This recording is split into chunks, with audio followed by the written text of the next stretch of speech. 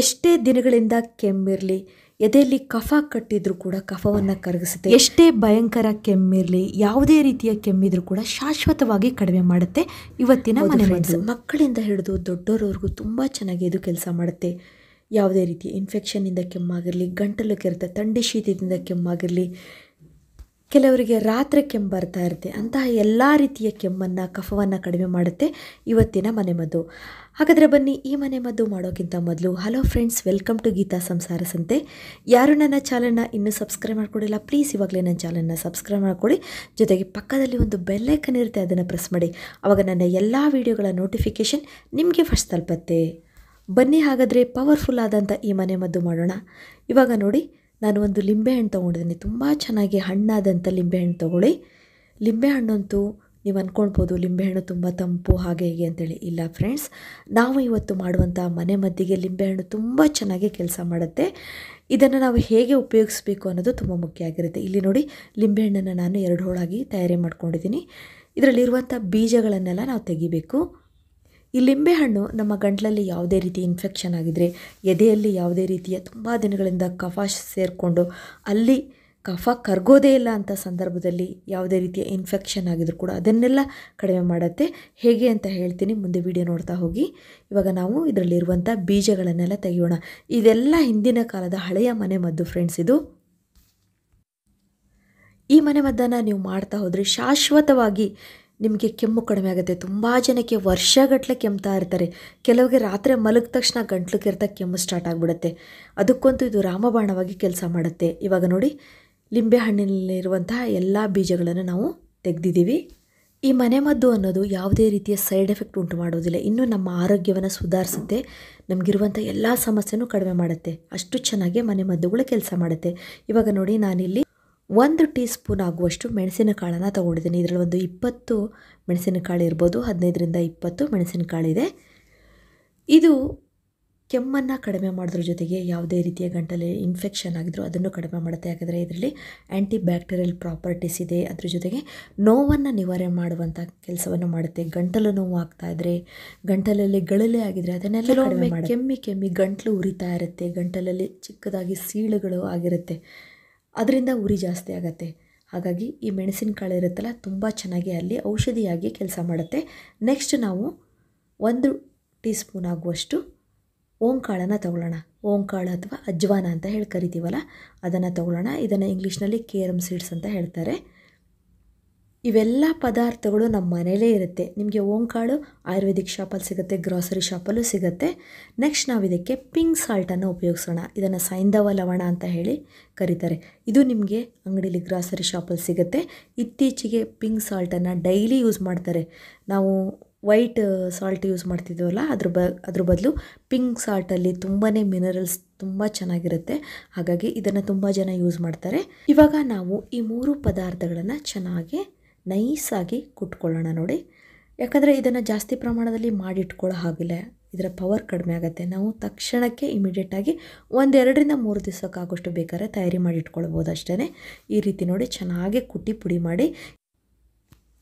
ಸ್ವಲ್ಪ ನೈಸ್ ಆಗಬೇಕು, ತುಂಬಾ ತರಿ ಇರಬಾರ್ದು. ನೀವು ನೋಡ್ತಿದ್ರಲ್ಲ, ಈ ರೀತಿ ಚೆನ್ನಾಗಿ ನೈಸ್ ಆದರೆ ತುಂಬ ಒಳ್ಳೆಯದು. ಇವಾಗ ಏನು ಮಾಡೋಣ, ನಾವು ಲಿಂಬೆಹಣ್ಣನ್ನು ಸೀಳಿ ಇಟ್ಕೊಂಡಿದ್ದೀವಲ್ಲ, ಹೋಳು ಮಾಡಿ ಇಟ್ಕೊಂಡಿದ್ದೀವಿ, ಅದಕ್ಕೆ ಒಂದು 1/4 ಸ್ಪೂನ್ ಆಗುವಷ್ಟು ನಾವು ಕುಟ್ಟಿ ಪುಡಿ ಮಾಡಿ ಇಟ್ಕೊಂಡಿದ್ದೀವಲ್ಲ, ಆ ಪೌಡ್ರನ್ನ ಹಾಕ್ಕೊಳ್ಬೇಕು. ಅದಕ್ಕೋಸ್ಕರ ನಾವೇನು ಮಾಡೋಣ, ಸ್ವಲ್ಪ ಫೋರ್ಕಿಂದ ನೋಡಿ ಈ ಥರ ನಾವು ಚುಚ್ಚಿ ಸ್ವಲ್ಪ ಲಿಂಬೆಹಣ್ಣಿನ ರಸವನ್ನು ಮೇಲೆ ಬರೋ ಹಾಗೆ ಮಾಡೋಣ. ಯಾಕಂದರೆ ಅದು ಗಟ್ಟಿಯಾಗಿ ಹಾಗೆ ಉಳ್ಕೊಂಡಿರುತ್ತೆ. ಈ ರೀತಿ ನಾವು ಮಾಡೋದ್ರಿಂದ ಲಿಂಬೆಹಣ್ಣಿನ ರಸ ಚೆನ್ನಾಗೇ ಬಿಡುತ್ತೆ.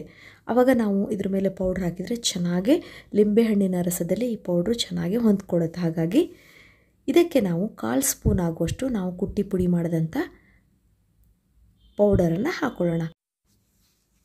ಇವಾಗ ನೀವು ನೋಡ್ತಿದ್ರಲ್ಲ, ಹಿಂದಿನವರು ಎಷ್ಟು ಚೆನ್ನಾಗಿ ಔಷಧಿಗಳನ್ನು ಮನೆಮದ್ದನ್ನು ಮನೇಲೇ ಹೇಗೆ ತಯಾರಿ ಮಾಡ್ಕೊತಿದ್ರು ಅಂತ ಹೇಳಿ. ಇವಾಗೆಲ್ಲ ನಮಗೊಂಚೂರು ಕೆಮ್ಮು ಬಂದ್ರೂ ನಾವು ಡಾಕ್ಟ್ರ್ ಹತ್ರ ಹೋಗ್ತೀವಿ. ಇದರಿಂದ ಸೈಡ್ ಎಫೆಕ್ಟ್ ಜಾಸ್ತಿ ಆಗುತ್ತೆ. ಆದಷ್ಟು ಮನೆಮದ್ದನ್ನು ನಾವು ತಯಾರಿ ಮಾಡಿಕೊಂಡು ಕ್ಯೂರ್ ಮಾಡ್ಕೊಳ್ಳೋದು ಒಳ್ಳೆಯದು. ನಾವಿಲ್ಲಿ 2 ಲಿಂಬೆಹಣ್ಣಿನ ಹೋಳಿಗೆ 1/4 ಸ್ಪೂನ್ ಆಗೋಷ್ಟು ಈ ಪುಡಿಯನ್ನು ಹಾಕ್ಬಿಟ್ಟು ನೋಡಿ ಸ್ವಲ್ಪ ಸ್ಪ್ರೆಡ್ ಮಾಡೋಣ ಲಿಂಬೆಹಣ್ಣಿನ ಮೇಲೆ ಚೆನ್ನಾಗಿ. ಇವಾಗ ಇದನ್ನು ನಾವೇನು ಮಾಡಬೇಕು, ಚೆನ್ನಾಗಿ ಸ್ವಲ್ಪ ಬಿಸಿ ಮಾಡಬೇಕು. ಹೇಗೆ ಅಂತ ನಾನು ಹೇಳ್ತೀನಿ ನೋಡಿ. ಇದರಲ್ಲಿ ನಾವು ಬಳಸಿದಂಥ ಎಲ್ಲ ಪದಾರ್ಥಗಳು ಕೆಮ್ಮನ್ನು ಕಡಿಮೆ ಮಾಡುತ್ತೆ. ಎದೆಯಲ್ಲಿ ಕಟ್ಟಿಕೊಂಡ ಕಫ, ತುಂಬ ಜನಕ್ಕೆ ಕಫ, ಚಿಕ್ಕ ಮಕ್ಕಳಿಗೆ ಗೊರ್ರ ಅಂತಿರ್ತಾರೆ ಮಲ್ಕೊಂಡಾಗ, ಅಷ್ಟು ಕಫ ಆಗಿರುತ್ತೆ. ಅಂತಹ ಕಫವನ್ನು ಕರಗಿಸುವಂಥ ಶಕ್ತಿ ಇವತ್ತಿನ ಮನೆಮದ್ದಿಗಿದೆ.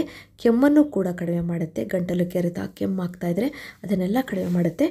ನೋಡಿ, ನಾವು ಈ ರೀತಿ ಒಂದು ಜಾಲರಿ ಸೌಟಿನ ಮೇಲೂ ಇದನ್ನು ಇಟ್ಬಿಟ್ಟು ನಾವು ಚೆನ್ನಾಗಿ ಗ್ಯಾಸ್ ಸ್ಟವ್ ಮೇಲಿಟ್ಟು ಇದನ್ನು ನಾವು ಬಿಸಿ ಮಾಡ್ಕೊಳ್ಬೋದು. ಆದರೆ ಅದ್ರ ಬದಲು ಡೈರೆಕ್ಟಾಗಿ ನೋಡಿ ಒಂದೊಂದೇ ನಾವು ಸ್ಟವ್ ಮೇಲೆ ಈ ಥರ ನಾವು ಇಟ್ಬಿಟ್ಟು ಇದನ್ನು ಕೂಡ ಮೀಡಿಯಮ್ ಫ್ಲೇಮ್ ಇಟ್ಟು ನಾವು ಇದನ್ನು ಬಿಸಿ ಮಾಡ್ಕೊಳ್ಬೋದು.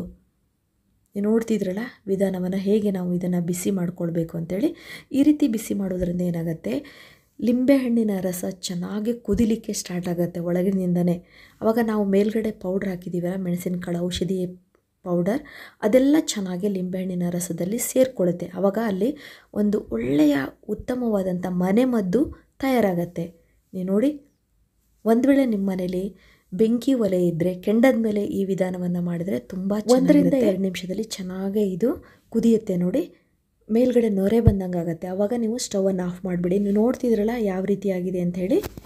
ಇವಾಗ ಇದು ತಣ್ಣಗಾಗೋವರೆಗೂ ಬಿಡಬೇಕು. ಅಂದರೆ ತುಂಬ ತಣ್ಣಗಾಗೋವರೆಗೂ ಬಿಡಬೇಡಿ, ಸ್ವಲ್ಪ ಉಗುರು ಬೆಚ್ಚಗಾಗುವಷ್ಟು ಇದ್ದರೆ ಸಾಕಾಗತ್ತೆ. ಇವಾಗ ನೀವು ನೋಡ್ತಿದ್ರಲ್ಲ ಮೆಣಸಿನಕಾಳೆಲ್ಲ ಚೆನ್ನಾಗಿ ಅದರಲ್ಲಿ ಬೆಂದಿದೆ. ನೆಕ್ಸ್ಟ್ ನಾವು 1 ಸ್ಪೂನಿಗೆ ಜೇನುತುಪ್ಪವನ್ನು ಹಾಕೊಳ್ಳೋಣ. ಈ ಜೇನುತುಪ್ಪಕ್ಕೆ ನಾವು ಬೇಯಿಸ್ಕೊಂಡಿದ್ದೀವಲ್ಲ ಲಿಂಬೆಹಣ್ಣು, ಅದರ ರಸವನ್ನು ನಾವು ಇದಕ್ಕೆ ಹಿಂಡ್ಕೋಬೇಕು. ನೋಡಿ, ಈ ರೀತಿ